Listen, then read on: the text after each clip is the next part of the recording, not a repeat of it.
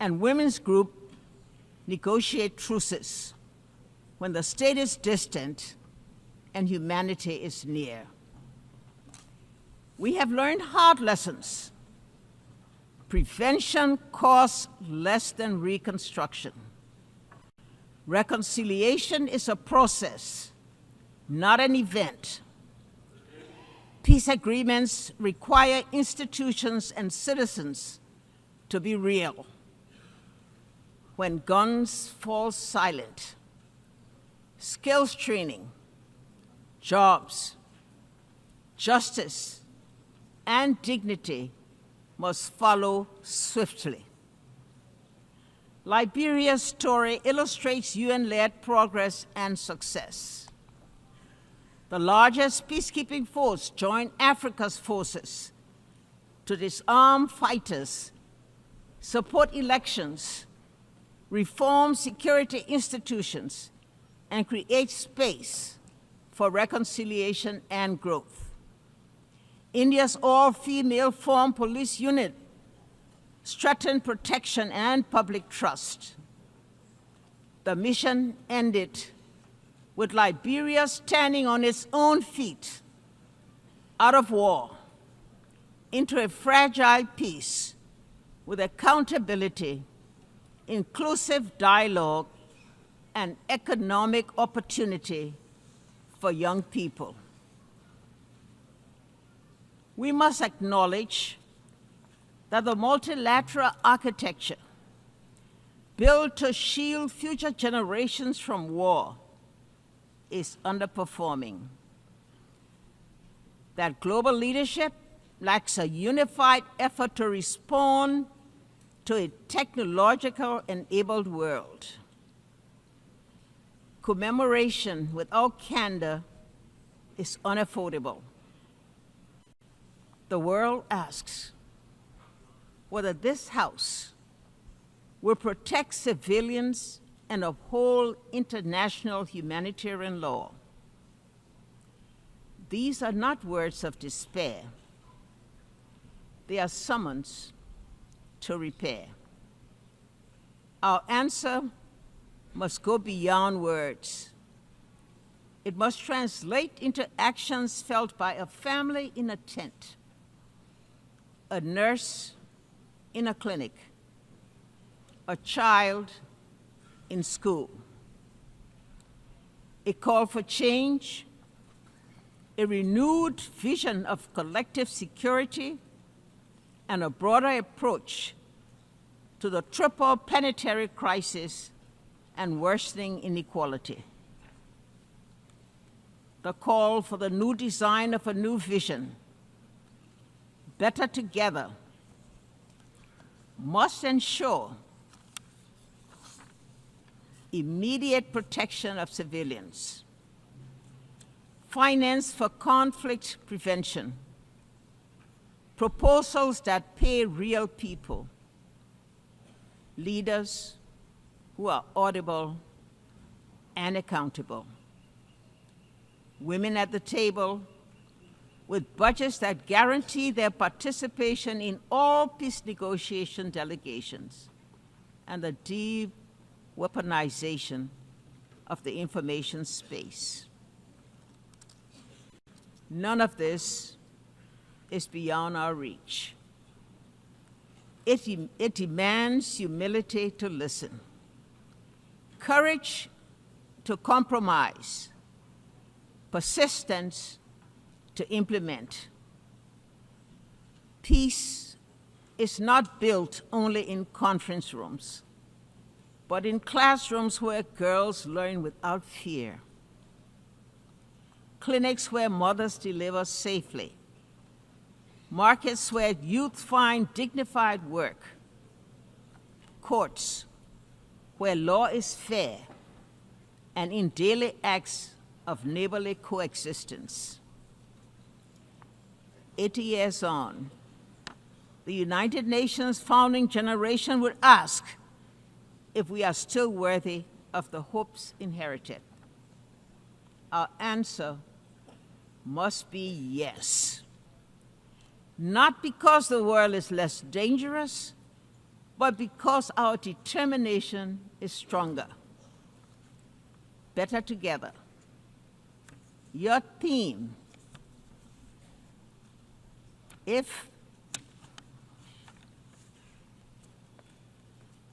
better together, your theme, it must be a strategy. Regional bodies and the UN working together. Civil society and governments co-designing solutions. Women and men sharing power equally. Truth and reconciliation traveling the same road. Let us leave this anniversary with concrete commitments, funded priorities, and a timetable for action. Show those in shelters standing in the bread lines and awaiting news of loved ones that the United Nations, as it celebrates its 80th year, remains a place of peace, a place of refuge, a place of unity, and a place of hope. I thank you.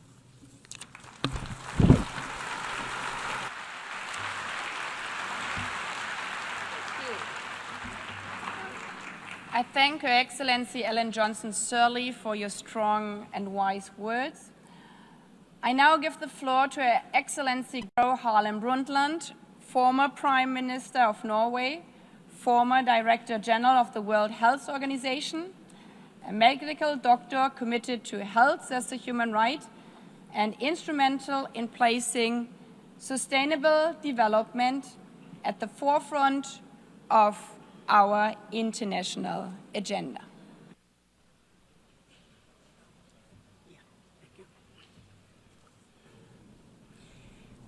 Madam President, Secretary General, Excellencies, ladies and gentlemen, it is a great honor for me to address you marking the 80th anniversary of the United Nations. I was born at the cusp of the World War II. My parents were both active in the resistance against the Nazi occupation of Norway, and we had to flee the country. Some of my earliest memories are from Sweden, where my parents worked for Norwegian refugees.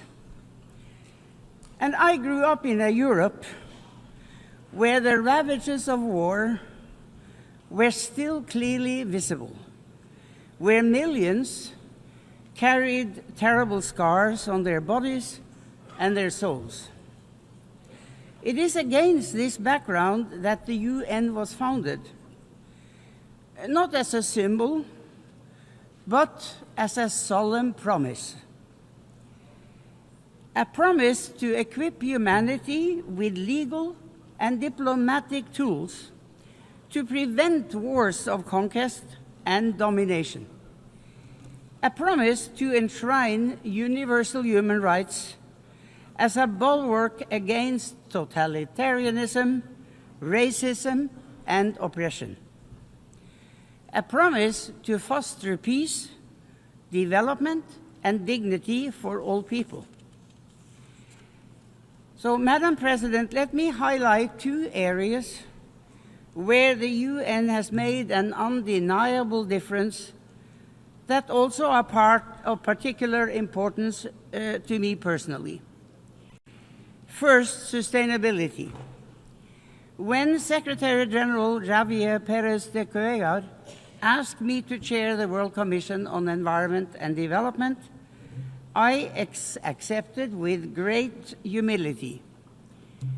And I am very proud of the report we produced, Our Common Future. It helped cement the concept of sustainable development in our collective consciousness. Thanks to UN-led efforts, we started charting a path towards economic development that does not destroy the basis of life for future generations, our climate, and our natural environment. But we are today exceeding the planet's boundaries and approaching tipping points where there is no way back. Over 80% of the targets under the Sustainable Development Goals are today off track. Second, President, gender equality. During the UN's International Year Women's Year in 1975, I had just entered government for the first time. Many of my male colleagues hardly knew how to deal with me. In 1979 came the UN Convention on the Elimination of All Forms of Discrimination against Women. In 1981, I became Prime Minister for the first time. In 1995, 30 years ago this month, I delivered my address at the 4th World Conference on Women in Beijing. I spoke of the moral and economic imperative to end gender apartheid. I believed too optimistically that we would have come further by now. I did not foresee the intensity of the pushback that would come. Even today, there are countries where not a single woman sits in the highest decision-making bodies, including among the P5. But despite such adversity, the UN has methodically worked to strengthen the position of women through education, through microfinance, through work for sexual and reproductive rights and health, and through intense and effective advocacy work.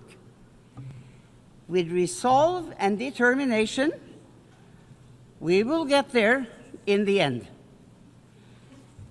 So, Madam President, I have lived longer than most of you. I have witnessed the tangible differences the UN makes through economic upturns and downturns, political ebbs and flows. I have no patience for those who dismiss the UN as outdated.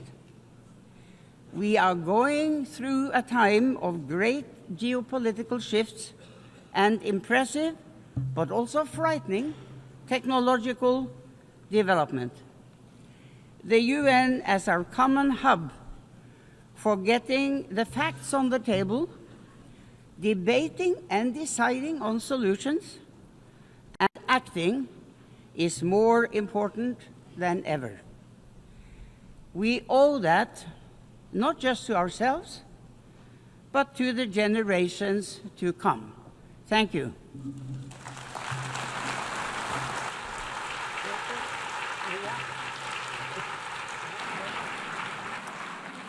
I thank Her Excellency Gro Harlem Brundtland for her blunt and powerful words.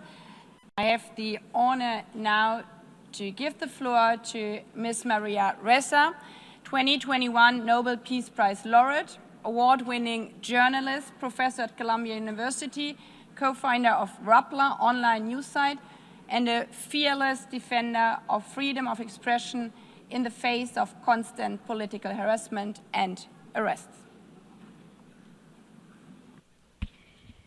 President Baerbock, Secretary General Guterres, distinguished delegates, ladies and gentlemen.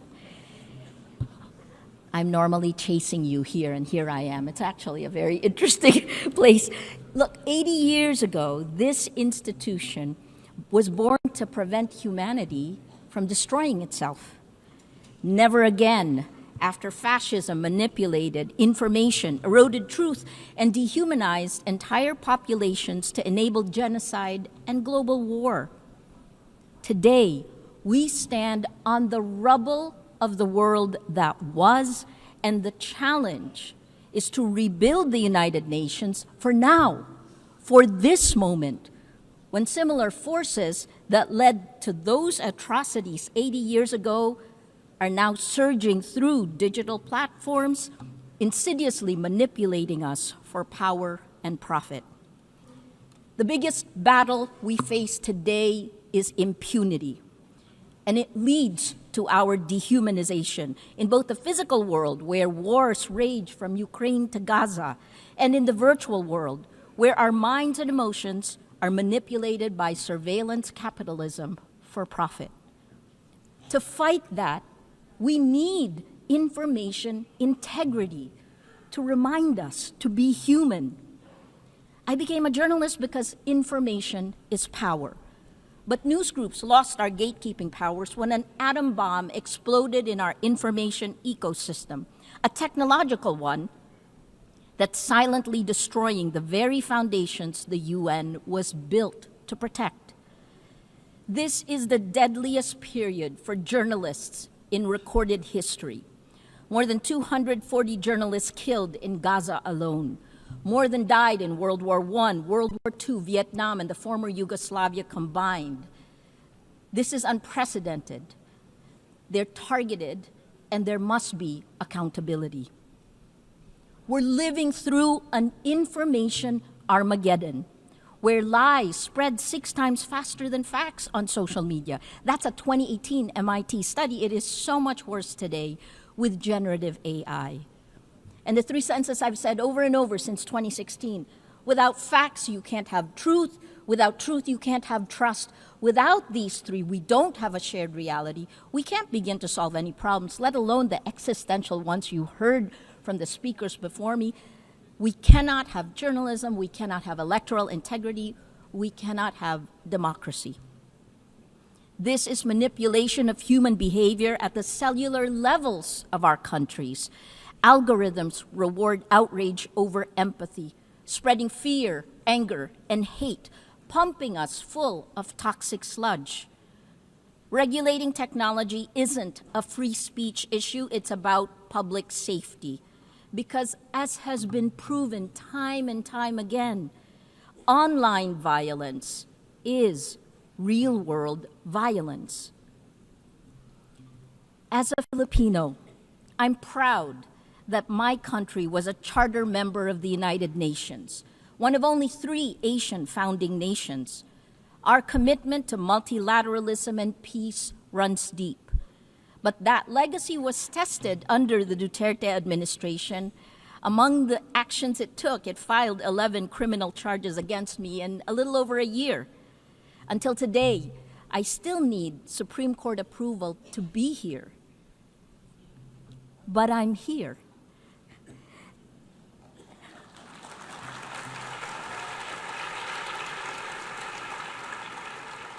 And my former president, well, he was arrested in March for alleged crimes against humanity and is detained at The Hague waiting for trial.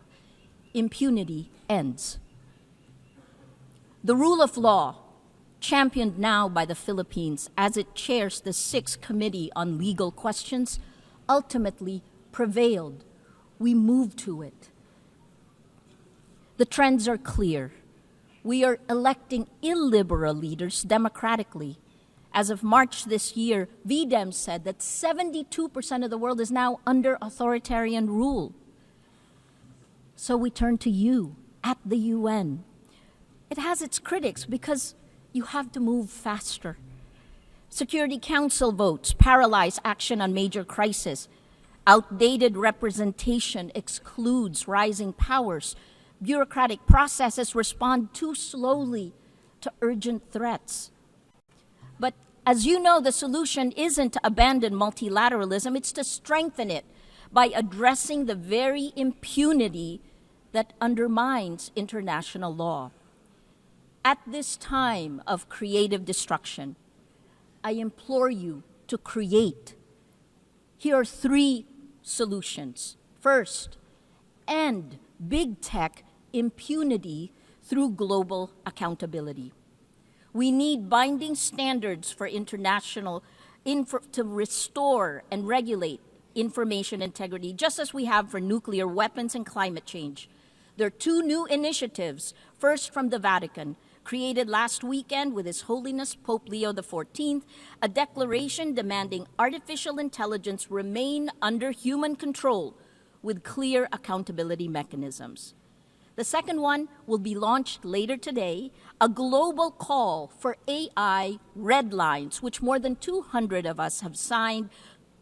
We urge your governments to establish clear international boundaries to prevent universally unacceptable risks for AI, at the very least define what AI should never be allowed to do. Second, build alternative infrastructures for trust. It isn't just big tech that failed to protect the public in the virtual world. It's also you, the governments. At Rappler, we built a chat app using open source protocols. Countries that care about data privacy, France, Germany, all their government websites are on the Matrix protocol. It allows real people to talk to real people without manipulation. The vision is a global federation of trusted news organizations, because this is how journalism will survive and how we begin to build infrastructures of trust. Finally, the third one, create. Create, that's our word today. Invest in comprehensive solutions. Let your imagination run. 3 examples that's happening now. More than 3/4 of UN members now recognize Palestinian statehood, showing that international law can advance despite impunity.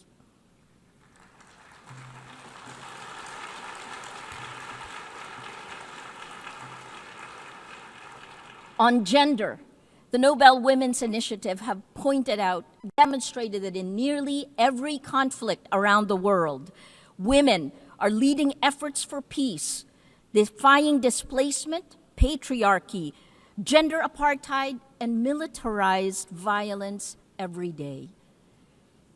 And finally, on Wednesday, Demokrasya Siempre, 20 nations will pledge to strengthen democratic institutions and fight for information integrity.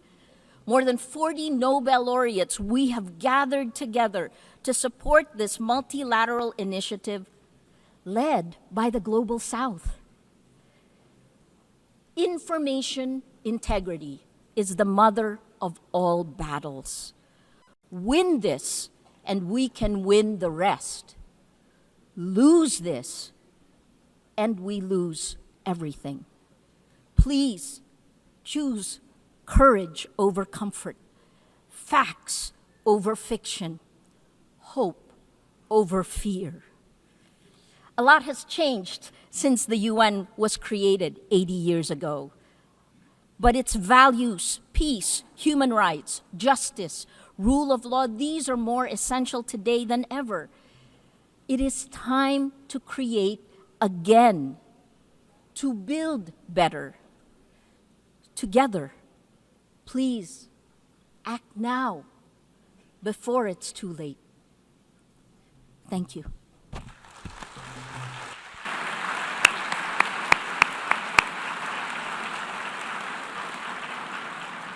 I thank Maria Ressa also for her very powerful words. I now invite Ms. Mariam Burka, United Nations Global Advocate for Peace and youth leader, whose work bridges art, activism, championing women's rights, youth empowerment, and peace building, to recite a poem.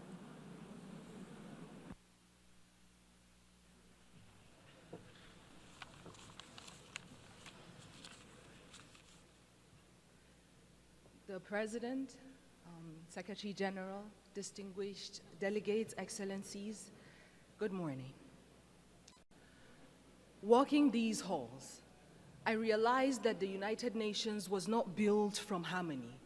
It grew out of the ashes of war and the grief watered by the collective memory of what happens when dialogue and cooperation fails. Its foundation is not peace achieved, but peace pursued, fragile, imperfect, necessary, not just worth fighting for, but requiring a fight. And today, 80 years on, we gather to honor what has been achieved. Nations rebuilt, walls of division lowered, millions lifted by the shared will. But these are victories worth remembering, but the story is unfinished. The cracks in the foundation calls us to repair, to act, not to retreat. Our world bleeds before our eyes. Children in conflict zones, nations silenced by hunger and war. And it begs the question, are we witnessing the collapse of conscience in real time? Because behind every pact, there are people. Behind every statistic, there is a story. And behind every commitment that we sign, there are lives depending on whether we honor our words or not. And so this is not the time to feel powerless, because yes, hope and despair can coexist in the same breath, because healing is not linear. The United Nations is not a monument, it is a mirror. And it reflects what we have dared to imagine 80 years ago. And today, here, it asks, will we dare again? Will we dare to work better together? Because if the past proves that we can build peace from ashes, then the present demands that we build it again, louder, braver, together. I speak as a global peace advocate, not because peace is easy, but because silence is complicity, and so I will not be silent. You know, I used to think that peace was a place, a final destination we arrive at after all wars have ended. But I have come to understand that peace is not a line that we cross. It is a choice that we make over and over and over again, especially when it is the hardest, especially when it feels far away. Peace is not a silence we force into people's mouths. It is not the absence of war, but the presence of understanding. Peace is a child learning to sleep again without flinching at the wind. It is a mother not having to choose between bread and dignity. It is a father not having to swallow his voice to feel like a man. Peace is messy, like forgiveness.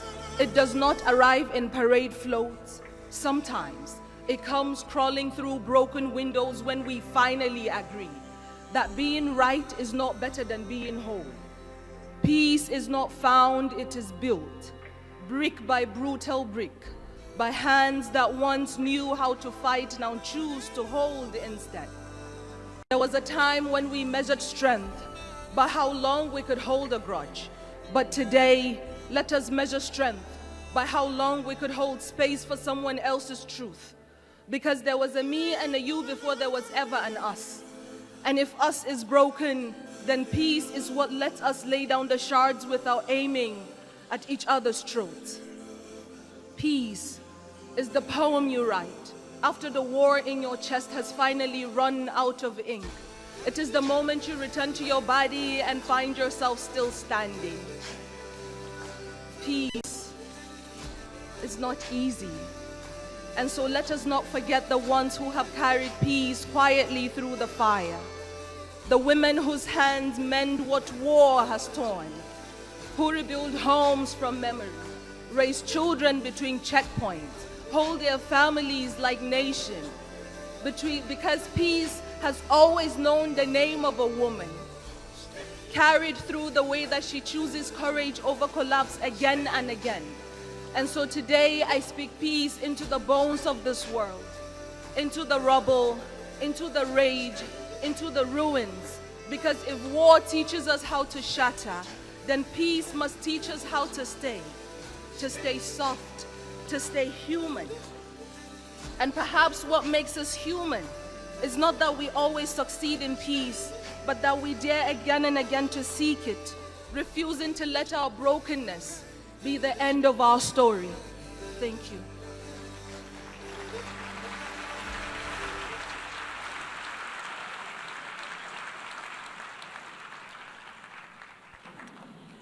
I thank Ms. Burkhan, and as we conclude and after listening to this beautiful poem, let me emphasize again, peace is only a word and better together is only a slogan until we embrace it. So I invite you to embrace and live up to be better together over this 80th session. This is not the story of an institution. It's the story of people. People who stood between war and peace and chose peace. People who said, dignity cannot be broken. People who carried food on their backs, who rebuilt schools, who gave shelter to strangers. People who stood for the earth before it was too late. And the people who will carry it forward. The young, the unheard, the unstoppable. For 80 years, this has been and will be the work of humanity. Not perfect, not finished, but always better together. 80 years and more for peace, human rights, and sustainable development. UN. Better together. Before adjourning this meeting, I would like to remind delegation that the high-level meeting on the 30th anniversary of Fourth World Conference on Women will begin immediately in this hall. Delegations are therefore requested to remain seated while the stage is being prepared for the next meeting. The high-level plenary meeting to commemorate the 80th anniversary of the establishment of the United Nations has concluded. I thank you. The meeting is adjourned.